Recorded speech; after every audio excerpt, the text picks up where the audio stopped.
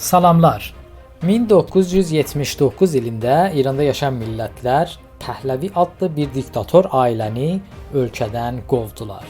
Nəticə olaraq yeni İslami rejim Pəhləvi dövründə çalışmış olan şəxsləri təqiblər və basqılara məruz qoydu. Bu insanlardan birisi də İran qoşunlarında bir zabit və ya nizami olaraq çalışmış olan Mir Musa Haşimidir. O həm də bir əsgərin xatirələri kitabının yazarıdır. Beləcə onun öz anlatımı ilə başından keçənləri və yaşadıklarını birlikdə eşidək.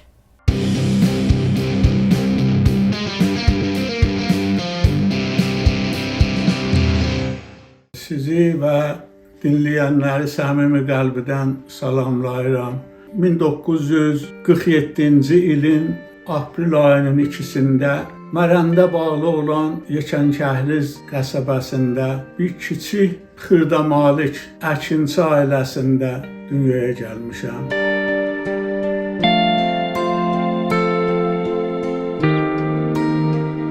Təhsilatımı ibtidai və ortaoxulumu Urumuda bitirmişəm. 2-ci klasacan, sinifəcən mən Yekənkählizdə oxudum. Əvvəl ibtidai məktəbi ki başladım. Məktəbin adı Camasp idi o zaman. Müəllimlərimiz də Təbrizdən gəlirdi. Klassda dərslərimiz farsça gedirdi.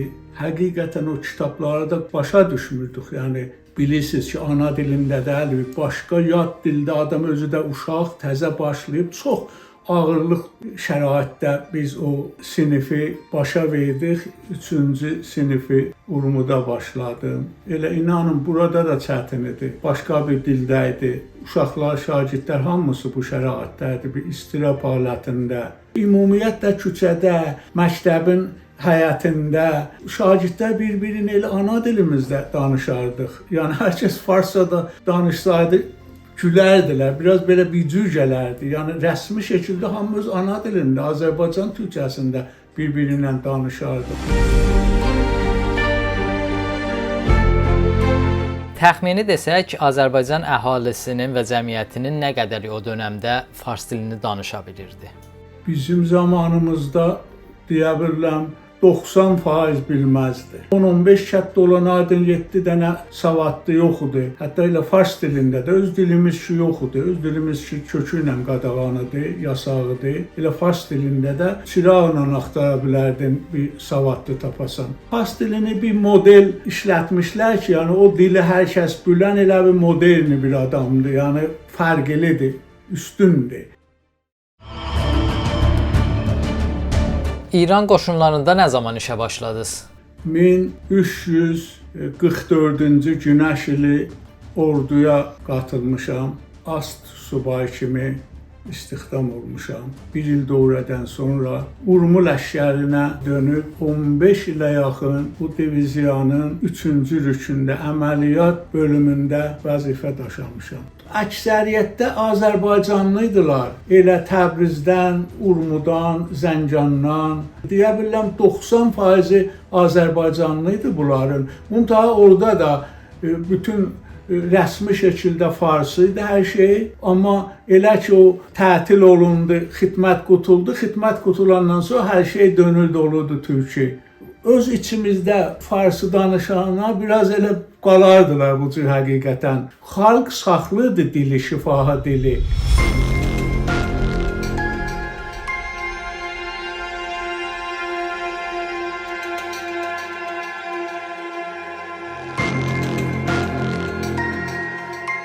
Muhammed Rza Pəhləvi atasının siyasətlərinin davamçısı olaraq türk dilini yox etmə politikasını davam etdirdi o dövrdə. Farslaşdırma sürəci İran qoşunları içərisində necə işləyirdi? Farsça deyil, Xuda, Şah, Mihan. Yəni bir dənə panranist elədilər orada insanları. Belə tərbiyyət elədilər. Çox az aydın insanlar tapılırdı ki, müxalif olurdular. İndi sitat-ı müştərək deyirlər. Baş qərargahdır. Bəxşinamə deyililər o zaman, türküsü nə olur bilmirəm, neçə aydan bir, bəlkə ayda oradan gələrdi ki, türkü lüğətləri çevirərdilər farsıya. Qabağında yazardılar, bunu məsələn gələn-gedən rəvayət. Yadımda qalan əlbəttə çox elə bu sırayla göndərərdilər məktublarda bunları riayət eləyin. O türkü lüğətləri bunlardan təmizləyin, farsça eləyin. Belə bir halətdə gedir. Hətta evdə uşaqlarınızla farsça danışın. Türkü öyrətməyin uşaqlarınıza. Bu da bir dənə rəsmi bəxşnamə kimi gələdi. Yəni faciə idi. Muntaha eləyə bilmirdilər. Xalqın içində təsir buraxılar. Yazılarda bəli, onda məcburdur, riayət olunurdu. Bəli, evdə farsça danışdı filan, çox az söz yeriyirdi. Yəni heç də diqqət yetirmirdi. Təkcə o yuxarı məqamat, üst rütbəli zabitlər filan, onlar bəli, onlar biraz fərqli idi.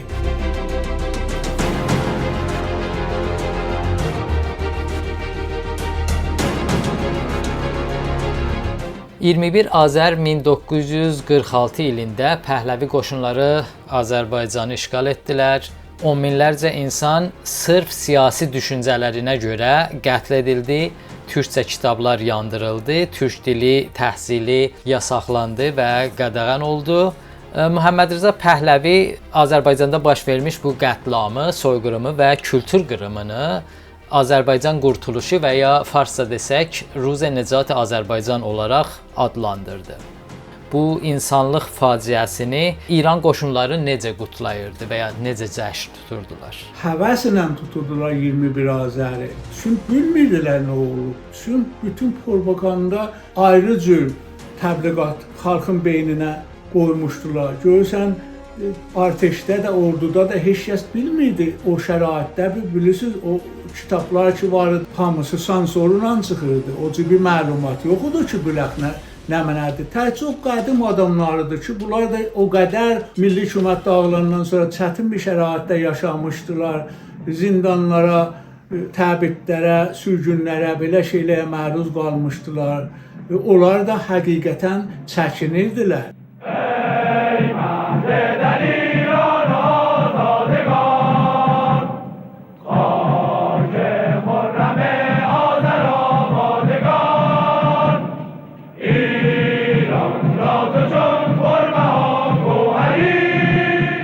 Yadıma gəlir, Nadəli Nəcəfi var idi. Firqədən sonra 10 il zindan çəkdi. Biz də əmioğlu deyərdik. O qədər məlumatlı insanıdır. Mən üçün ordudaydım, o paltar əynimdə idi. Bunlar çox bir şeylər biz əslən demirdilər. Yəni içərilərində saxlamışdılar. Çox ağır bir şərait idi, qorxudular. Hətta idarəyə gedəndə deyildi, səriyirdilər. Pəşimanam ki, niyə o zaman mən bu həddə bilmirdim bu milli məsələni. Mən bu insandan bir dənə xatirə yazardım.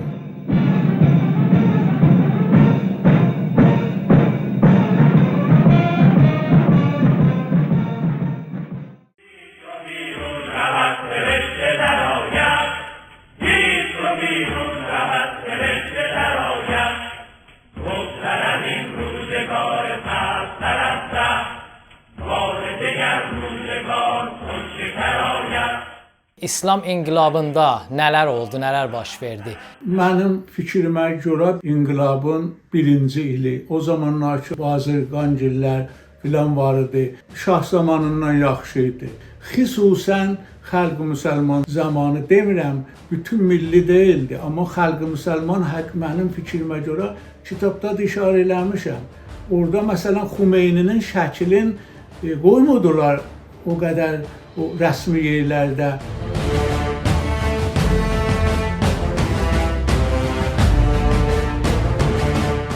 İran qoşunları ya Ərteş Pəhləvi rejiminin qarantoru kimi görünürdü və bu da İslam rejimini o ilk illərində rahatsız edirdi və qorxudurdu. İslami inqilabdan sonra sizin kimi zabitlərin və ya nizamilərin taleyi necə oldu? Bunlar sevmirdilər ordunu. Yəni bunlar bütün ordunun qarşısındaydılar. Bilirsən nə qədər insan orada ordudan eşiyə qoydular. Yəni bunların nə ailəsin, heç kəsi bir nəzərə saxlamadan ixrac ötürdülər eşiyə elə bu cür Allah təvəkkül. Yəni nə qədərini öldürdülər qondarma atlarla. 6 baş ailə ilə 15 il xidmət eləcinən, gecə-gündüz həqiqətən xidmət eləcinən, heç kəs səndən inciməsin. 15 ildən sonra sağ zindana ötür eşiyə. Ümidim kəsilmişdi hər şeydən. Ta atam var idi, həyatdaydı. Olmasaydı çox faciəli olardı mənə. Xüsusən iqtisadi cəhətdən. Axı mən necə keçinə bilərdim? Bir mən deyildim ki, yüzlər mənim tayım var idi. Bir mən olsam önəmli deyil. Yəni bu bir dənə böyük insani faciə idi. Mənim atam Urmudan o zaman 14-15 saatlıq yol idi otobusuna. O yaşda, bilməm 90 nə qədər yaş olardı. Ağır durumda gəlirdi, ovladı o cür əsir görürdü. Gör bir dənə ata özü də bilirdi ki, mən bir xilaf eləməmişəm. Elə orada olanların əksəriyyəti çox o cür idi. Yüzlər dənə mənim kimin insanlar var idi. Elə o qoca atalar, analar gəlirdilər, adamın ürəyi kebab olurdu həqiqətən. Heç də gətirmişlər. Adam Xumeyninin şəklini çəkmişdi, bir dənə karikatur kimi. Şair idi özü də. Hava qüvvələrinin Dijban məhsulu idi. Bu adam bizimlə zindandaydı orada. Yəni belə çox əcayib qəraib bir vəziyyət idi belə.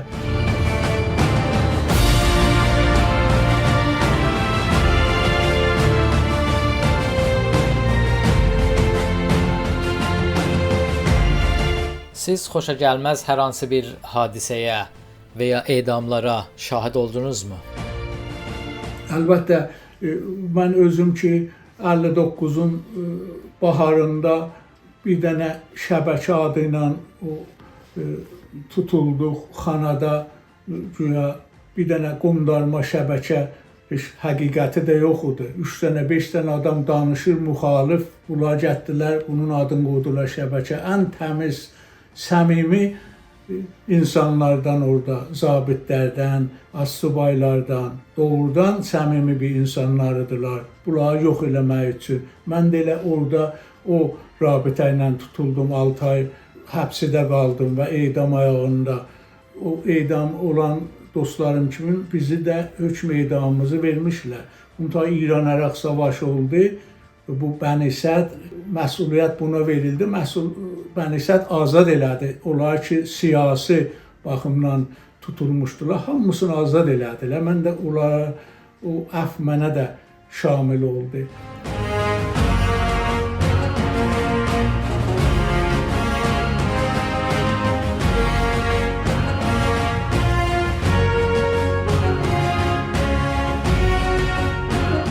Həm sevinirdim, həm kədərliydim. Sevinirdim ona görə azad olmuşam, ancaq bilirsiniz, bu bir təbii insan içində bir qərizədir. Narahat da ona olurdum ki, dostlarımız edam olunmuşdu. Heç vaxt bura beynimizdən çıxmırdı. Həmişə onlar beynimizdə yaşırdı, həqiqətən. Qondarma bir məhkəmələrdir, çox bu cür deyim belə. Yəni, heç vicdanlı insan bunu qəbul eləməz. Gələcək tarixlər çıxacaq üzrə.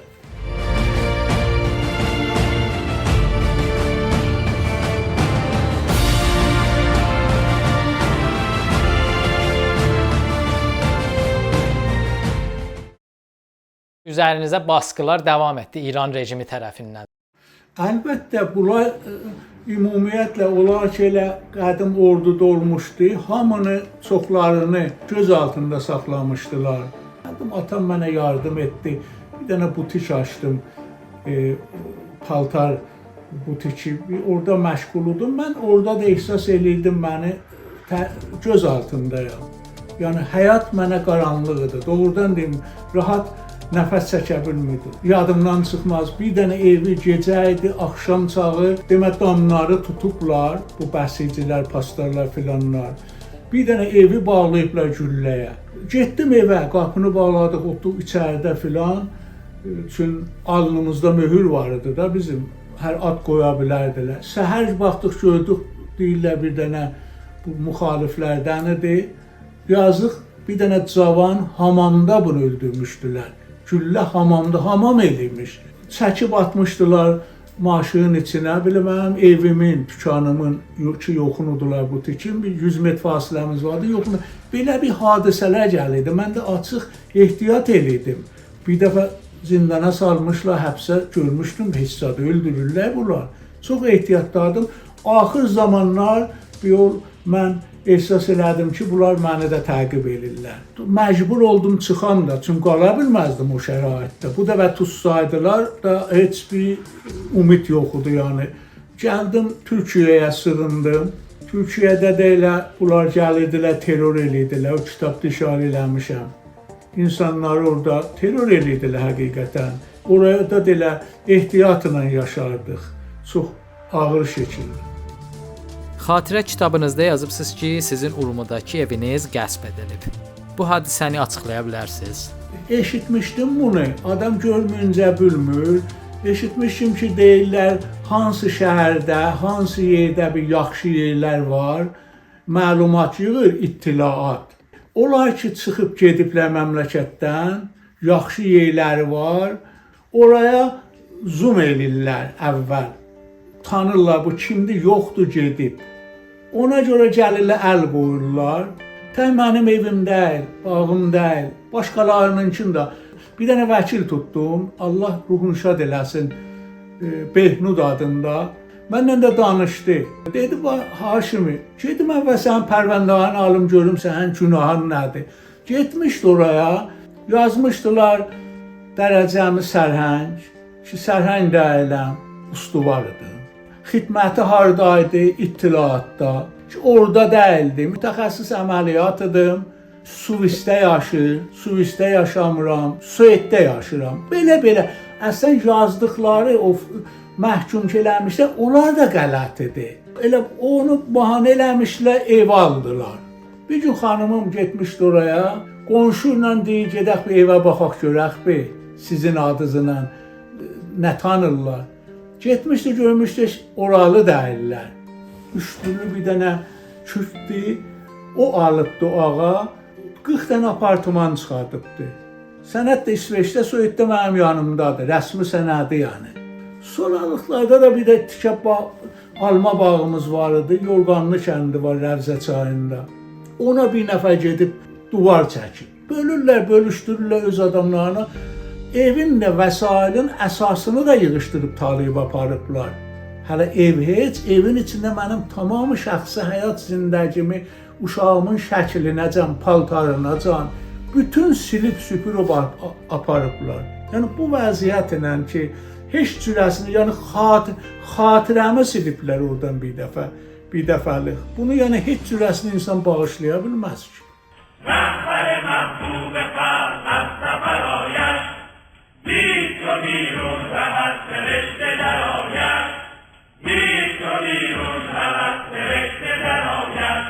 Xatirə kitabınızda ayrıca yazıbsınız ki, Məhəmməd, Əli, Hüseyn kimi adı olan şəxsləri, zindaniləri azad edəcəklərmiş və dini adları olmayanları asacaqlarmış. Elə həman bu Hüseyn Tehranı dedim, zərafat eləyən bir adam idi. O orada zərafatla deyərdi, adları soruşardı o zindanda olanların həyətdə. Deyərdi, sənin adın nədir filan, sənin adın nə? Hüseyn. Deyərdi, sən əslən azad olacaqsan, adın Hüseyndir, sən Məhəmməd, sən də o cür, Həsən, azad olacaqsan. Yadımdan çıxmaz, mənə dedi, sənin adın nə? Dedim, Mir Musa. Dedi, o Musa, yəni cüvütlərin peyğəmbəri sənin heç qutulacağın yoxdur. O cür yerdə deyil adam yalandan bir şey də olanda ürəyə qıdıvıdadır, doğuda adama belə fikirli bu düzdür.